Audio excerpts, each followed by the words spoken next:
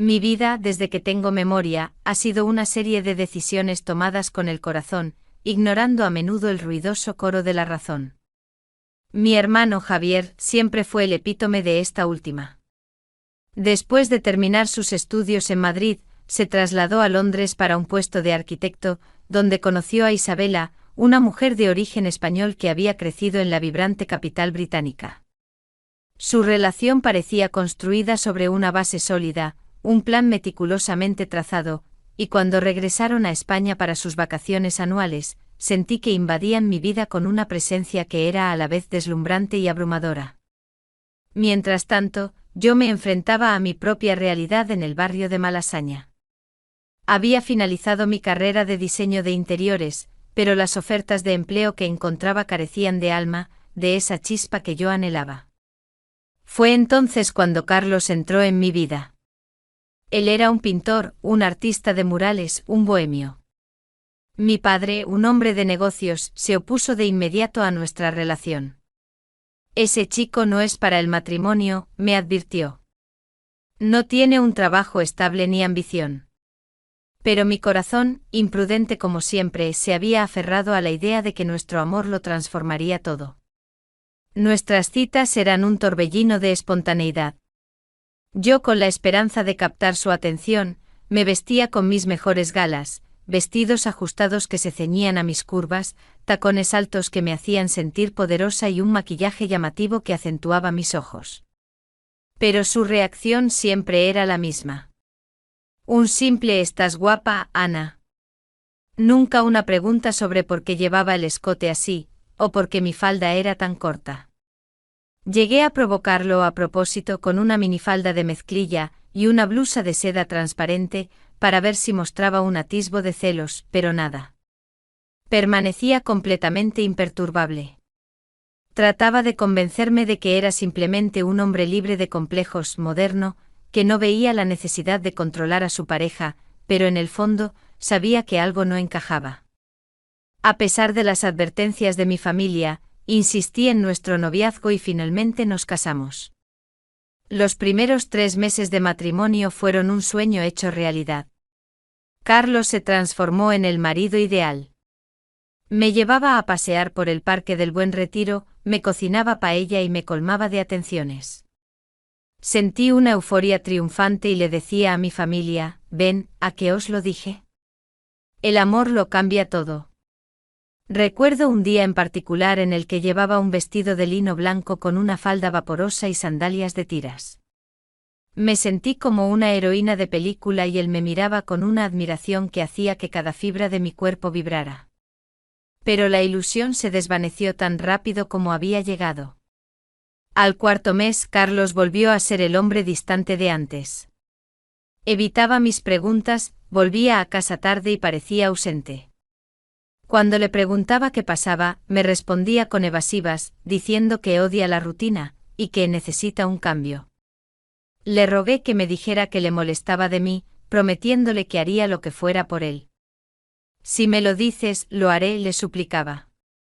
Su respuesta siempre era la misma: «Tienes que ser creativa, Ana. No te lo voy a enseñar». Mi mundo, el que yo misma había creado, empezaba a desmoronarse. Desesperada, traté de revivir la llama. Cocinaba platillos exóticos, redecoraba el salón, compraba lencería. Él, sin embargo, solo me miraba con indiferencia. A veces me sugería que probásemos cosas nuevas que habíamos visto en alguna película. Era su forma de jugar. Me pidió que usara unas medias de seda negras y guantes de encaje sin dedos, lo que me pareció extraño, pero accedí con la esperanza de reconectar. Por unos días la chispa parecía volver, pero luego el aburrimiento regresaba a sus ojos. «No puedo seguir fingiendo», me dijo una noche con una sinceridad cruel que me partió el alma. «Esta vida, esta rutina, no es para mí». Me sentí completamente derrotada. No podía recurrir a mi familia, porque ellos me habían advertido, y ahora me sentía atrapada en la jaula que yo misma había construido. Un año después de nuestra boda, el silencio en nuestro apartamento en el barrio de Chueca se había vuelto ensordecedor. Era un silencio más ruidoso que cualquier grito, un eco de la esperanza que había muerto. Mi vida era una rutina gris, y yo me había convertido en una sombra de lo que fui. Vestía chándales viejos y camisetas descoloridas, sin maquillaje, y a Carlos ya no le importaba. Me sentía invisible y ese vacío dolía más que cualquier palabra hiriente. Fue en ese momento cuando sentí que ya no podía más, que mi hermano Javier me llamó. Me dijo que él e Isabela regresaban a España de vacaciones.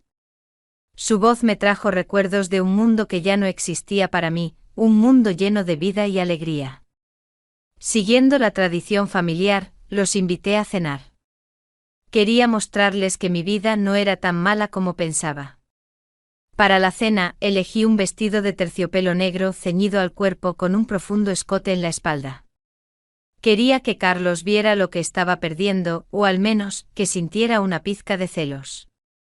Pero como siempre, no se dio cuenta. Sin embargo, Javier sí lo hizo. Cuando abrí la puerta, sus ojos se iluminaron y dijo: «Ana, hermana, te ves espectacular». Esa noche conocí a Isabela. Era una mujer alta con una larga melena rubia y unos ojos azules que brillaban con confianza. Llevaba un kimono de seda, vaporoso y sin mangas, sobre unos pantalones cortos de encaje.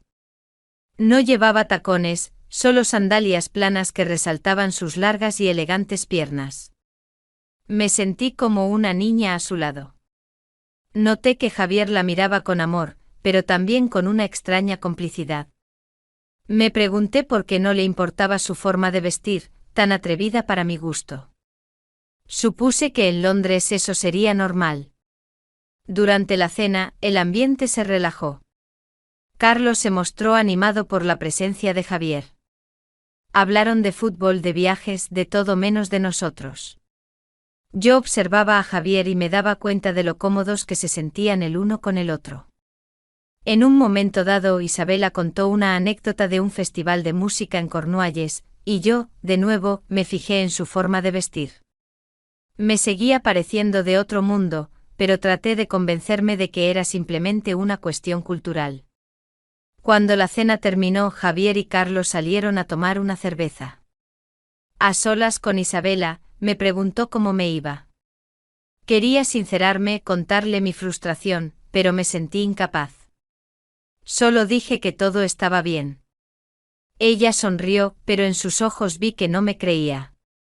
A partir de ese momento, Carlos se volvió inseparable de Javier. Salían todas las noches, volvían de madrugada, y para mi sorpresa, Carlos volvió a ser el hombre que había conocido al principio. Era amable, me abrazaba, me preguntaba cómo había pasado el día. Me sentí eufórica. Javier le está dando buenos consejos, pensé. Le está abriendo los ojos. Carlos me invitaba a pasear por el barrio, a ir al cine. Me sentía feliz de nuevo de ser su prioridad. Una noche, al regresar a casa, me acerqué a él, y sentí que la pasión que habíamos perdido volvía a encenderse.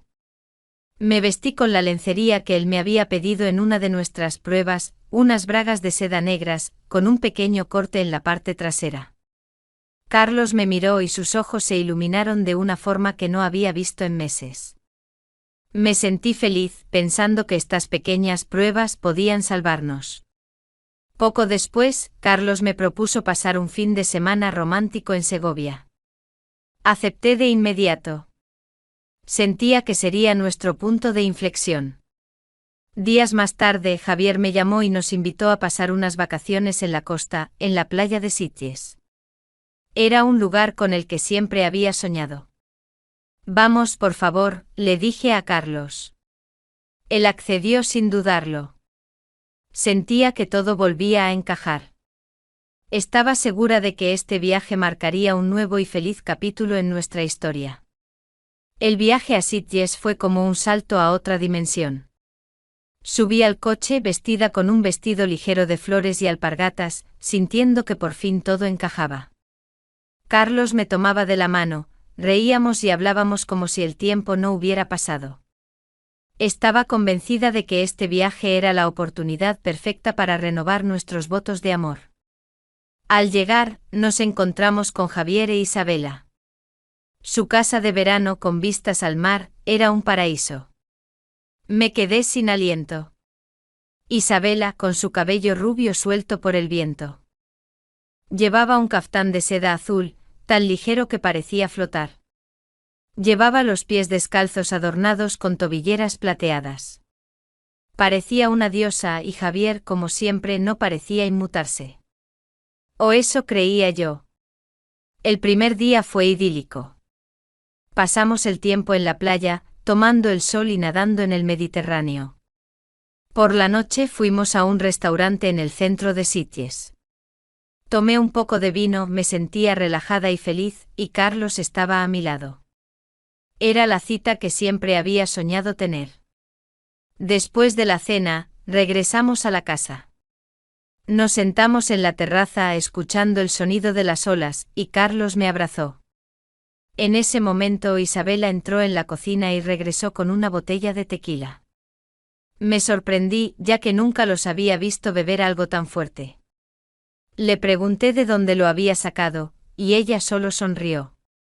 Sirvió un trago para cada uno. Si no lo pruebas no sabrás lo que es, me dijo Carlos, con una mirada extraña en sus ojos. Lo miré dudando. Pero eres alcohol puro. Se rió y me dio un vaso. Acepté como siempre. Di un sorbo. Era fuerte, ardiente, pero tenía un algo intrigante. Empezaron a hablar de sus viajes, de las fiestas en las que habían estado, y fue la primera vez que escuché a Javier hablar de lo mucho que le gustaba este estilo de vida libre. Empecé a entender por qué no le importaba la forma de vestir de Isabela. No era indiferencia, era aceptación.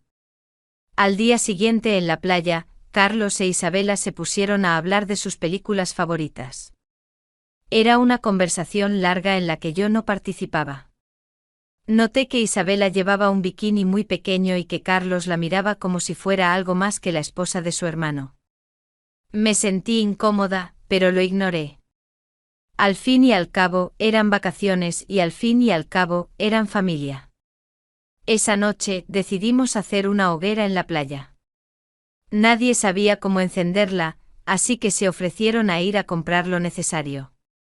Me quedé sola en la casa. Sentí una extraña premonición. Sentí que algo flotaba en el aire. Cuando regresaron, su comportamiento era diferente. Estaban eufóricos con una chispa en los ojos que no había visto antes. Una vez en la playa, pusieron música y empezaron a bailar. Carlos e Isabela bailaban como si nadie más existiera. Isabela se había quitado el caftán, dejando al descubierto un top de seda muy corto, y shorts de encaje. Carlos estaba sin camisa, su piel brillaba con el sudor. Era un baile más que un baile. En un momento Isabela se quitó la blusa. Carlos la miró y sentí que perdía el control. Javier se limitó a sonreír. Después Carlos le susurró algo al oído de Isabela, y ella se rió. Me quedé en shock. Me sentía como si estuviera en una película de terror. Cuando la música se detuvo, todos estaban exhaustos. Regresamos a la casa y se derrumbaron en sus camas. Todos menos yo. Me sentía a punto de explotar. Fui al baño para refrescarme.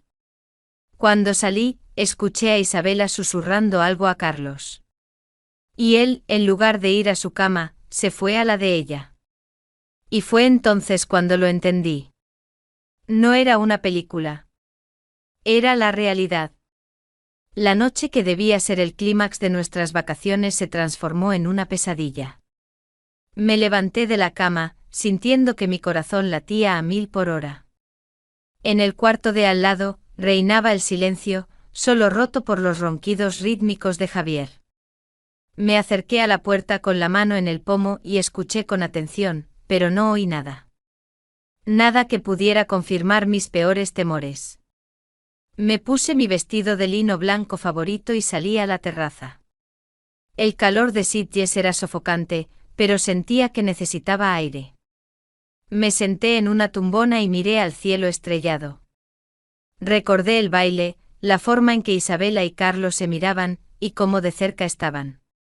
Empecé a hacerme preguntas cuyas respuestas no quería conocer. Al poco tiempo escuché pasos.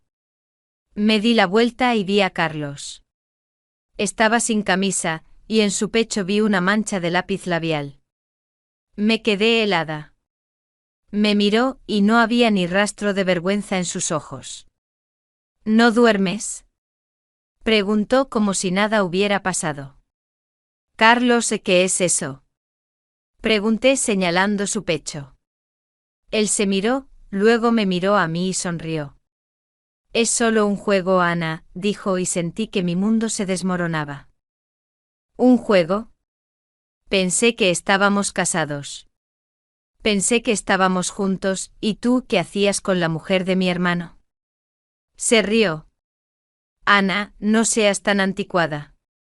Es solo un juego. Nada importante. Nada importante. Repetí. Carlos, ¿qué te pasa? ¿Qué nos pasó?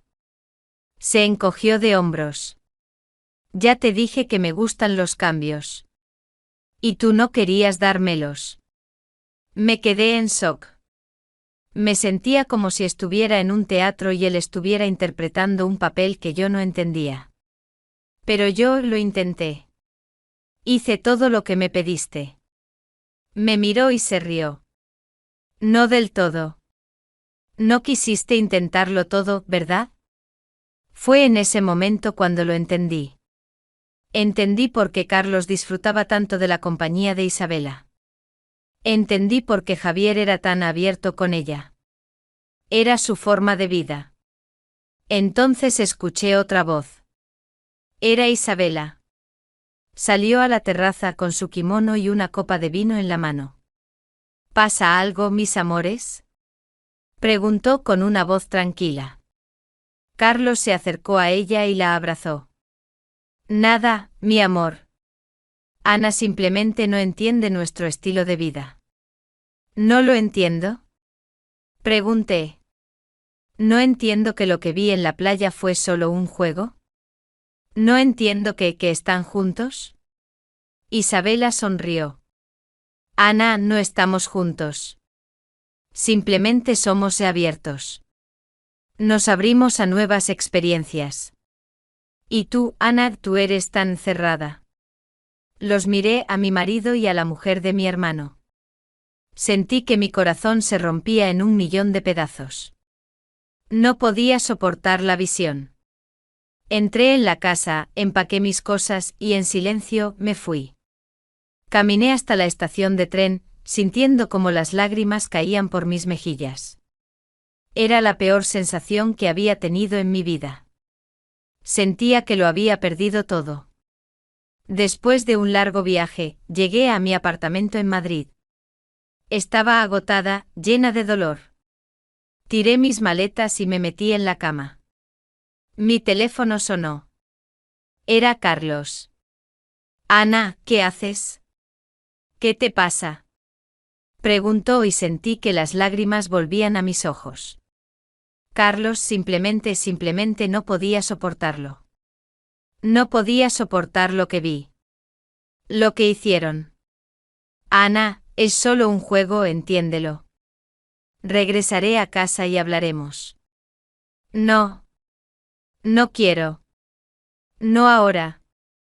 Colgué. Sentí que ya no podía estar con él. La semana que pasé sola en nuestro apartamento fue la más larga de mi vida. Me sentaba en el sofá, con mi viejo y descolorido chándal, y miraba al vacío. El apartamento que una vez fue mi refugio, ahora era una prisión. Estaba lleno de recuerdos que me dolían. Carlos me llamaba cada día, pero yo no contestaba. Me enviaba mensajes en los que me decía que me amaba, que yo era la única mujer en su vida, que el viaje a Sitges había sido un malentendido. Pero yo ya no le creía. Sabía que era el final. Finalmente, una semana después, recibí un mensaje de que regresaban a Madrid. Me sorprendió porque se suponía que sus vacaciones durarían más. Sentí una extraña mezcla de alivio y nerviosismo. Sabía que tenía que enfrentarme a ellos, que tenía que hablar. Nos citamos en una cafetería en el centro, cerca de la Plaza Mayor. Cuando entré los vi a los tres, a Carlos, a Javier y a Isabela. Me senté con ellos, escuchando su conversación, pero sin participar. Los miraba, y en mi mente todo encajaba como un rompecabezas. Carlos, mi marido, que me había encontrado aburrida, se había animado con la mujer de mi hermano. Javier, mi hermano, que siempre había sido mi modelo a seguir, resultó ser tan abierto como Carlos. E Isabela. Isabela era la mujer que les daba lo que necesitaban. Les daba libertad. Cuando Isabela y Javier se levantaron para pedir café, me quedé a solas con Carlos. Ana, por favor, hablemos, me dijo. ¿De verdad me importas? Ese viaje fue un error. No sabía lo que hacía. Todas esas películas me confundieron. No sé cómo explicarlo, pero fue solo un juego. Una diversión estúpida y sin sentido. Lo miré y supe que todo lo que decía era una mentira. Ya no era la chica ingenua que se creía sus palabras. Decidí que no me quedaría callada. Decidí que le diría mi verdad. Carlos, le dije con una voz tranquila y segura, a mí también me gustan los cambios. Y al igual que tú, yo también los disfruto. Me miró sorprendido. ¿A qué te refieres? Preguntó. Yo también tengo a alguien. Alguien que me hace feliz. Sus ojos se abrieron de par en par. Y en ese momento me sentí libre. ¿Pero cómo es eso posible? Preguntó. ¿Quién es? Eso no importa. No es importante. Lo que importa es que soy feliz. Y no te necesito para eso. En ese momento Javier e Isabela regresaron. Me miraron y supe que era el momento de terminar la conversación. Me levanté. Carlos me agarró la mano. Ana, espera. Hablemos. Me solté de su agarre y lo miré a los ojos. Se acabó, Carlos. Se acabó. Luego me dirigí a Javier. Javier, quiero que sepas que espero que tu matrimonio con Isabela sea feliz. Y me fui. Caminé por las calles de Madrid, sintiéndome por fin libre. Libre de las mentiras, libre del dolor, libre de Carlos.